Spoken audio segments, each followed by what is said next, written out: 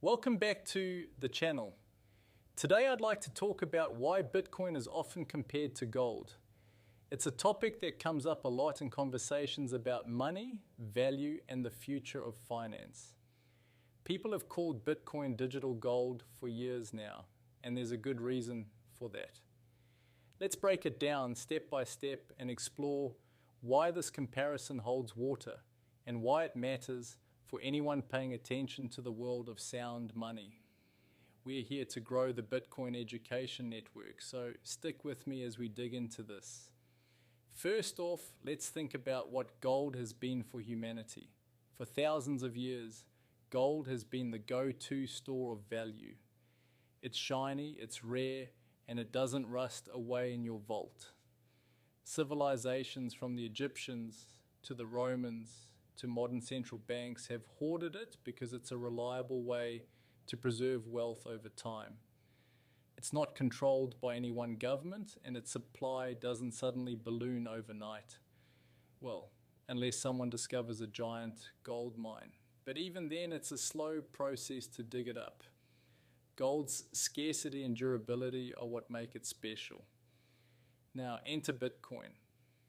Created in 2009 by Satoshi Nakamoto, Bitcoin takes those same core ideas, scarcity, durability, independence, and drags them into the digital age. So why do people draw this parallel?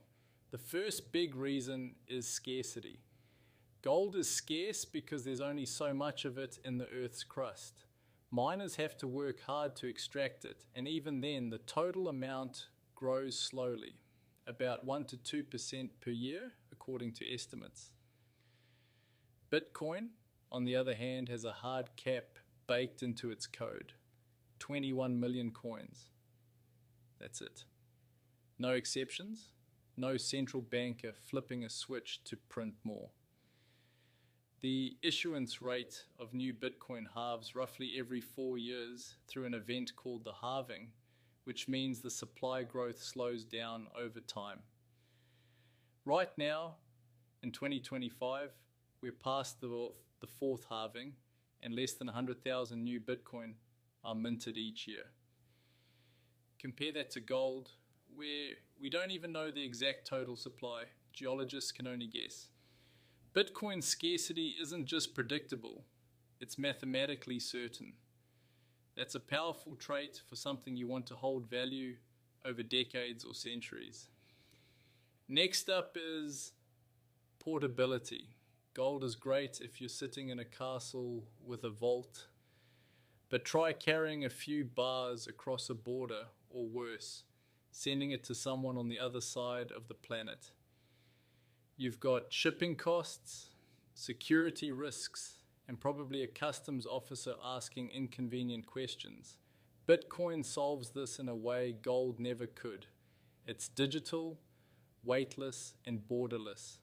With a few clicks, you can send $1 million worth of Bitcoin to anyone, anywhere, in minutes. No armored trucks, no middlemen, no, sorry sir, we need to inspect your luggage. All you need is a private key, something you can memorize or store on a tiny device, and you're in control.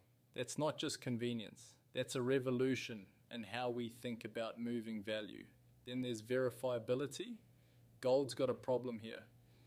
Sure, it looks nice, but how do you know it's real? Counterfeiters have been stuffing gold bars with tungsten for years. It's got a similar density, and unless you're drilling into every bar, you might not catch it. Assaying gold takes time, equipment, and trust in whoever's doing the testing. Bitcoin doesn't have that issue. Every transaction, every coin is verified by a global network of nodes running the Bitcoin software. You can check the blockchain yourself and see exactly where a Bitcoin came from and where it's going. No trust required, just math. It's like having a tamper-proof ledger that everyone can audit in real time. Gold wishes it could be that transparent. Another point of comparison is durability. Gold doesn't corrode, which is why it's still around from ancient times. You can dig up a Roman coin and it's as good as it was 2,000 years ago. Bitcoin's durability is different, but just as impressive. It lives on a decentralized network of thousands of computers worldwide. As long as the internet exists, and even if parts of it go down, Bitcoin keeps running. Your private keys don't rust or fade. They're just data secured by cryptography that's practically unbreakable with today's technology. Lose your gold in a shipwreck, and it's gone unless you've got a submarine handy. Lose your Bitcoin seed phrase, well, that's on you, but the coins themselves don't vanish from the network. They're still there, waiting for the right key. Now, about halfway through here, if you're enjoying this video, please consider sharing it with a friend or family member who might find it useful. And if you want to subscribe to keep growing your Bitcoin knowledge, feel free to hit that button. It helps us keep this education network going strong. Let's talk about trust, or rather the lack of it. Gold's value doesn't depend on any government or bank, which is why it's been a hedge against inflation and tyranny for centuries. But storing it often means relying on third parties, vaults, custodians, or even banks. Bitcoin takes this a step further. It's not just independent of governments, it's independent of anyone. When you hold your own private keys, you don't need a bank, an exchange, or anyone else to keep your wealth safe. You're the custodian. That's a level of sovereignty gold can't match unless you're burying it in your backyard. And good luck accessing it quickly if you do. Bitcoin's design says don't trust, verify.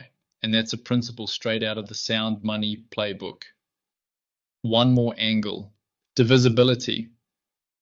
Gold can be split. Sure, melt it down, cut it up, but it's messy and imprecise. Bitcoin, it's divisible down to 8 decimal places. The smallest unit, a Satoshi, is 100 millionth of a Bitcoin. That means you can send tiny fractions of a cent's worth if you want, making it practical for everything from buying a coffee to saving for retirement. Gold's not built for that kind of flexibility. Try shaving off a sliver of a gold coin at the store and see how that goes. Bitcoin's granularity makes it a store of value that's also usable, which is a rare combo. So why does all this matter? Because the world's going digital and money's no exception. Gold's been king for millennia, but it's tied to the physical realm, mining, vaults, transport. Bitcoin takes the best parts of gold, scarcity, independence, durability, and upgrades them for a global connected age. It's not about replacing gold entirely. Plenty of people still love their shiny bars. But Bitcoin's properties make it a contender for the future of sound money, especially as more people wake up to centralized systems that keep printing cash like it's going out of style. And let's be real, central banks aren't exactly slowing down. If you're new to this space, I'd encourage you to check out Matthew Kratter's Bitcoin University channel on YouTube. He's been breaking down these ideas for years with clarity and insight. Definitely worth a look if you want to dive deeper. Growing the Bitcoin education network takes all of us, and he's one of the good ones. That's the rundown on why Bitcoin gets compared to gold. It's not just hype. It's about first principles of what makes money valuable. Next time we'll build on this and explore how Bitcoin's decentralized network keeps it secure and why that's a game changer. Think of it as the next layer in understanding why this thing's built to last. Until then, keep questioning the system, keep learning, and I'll catch you in the next one.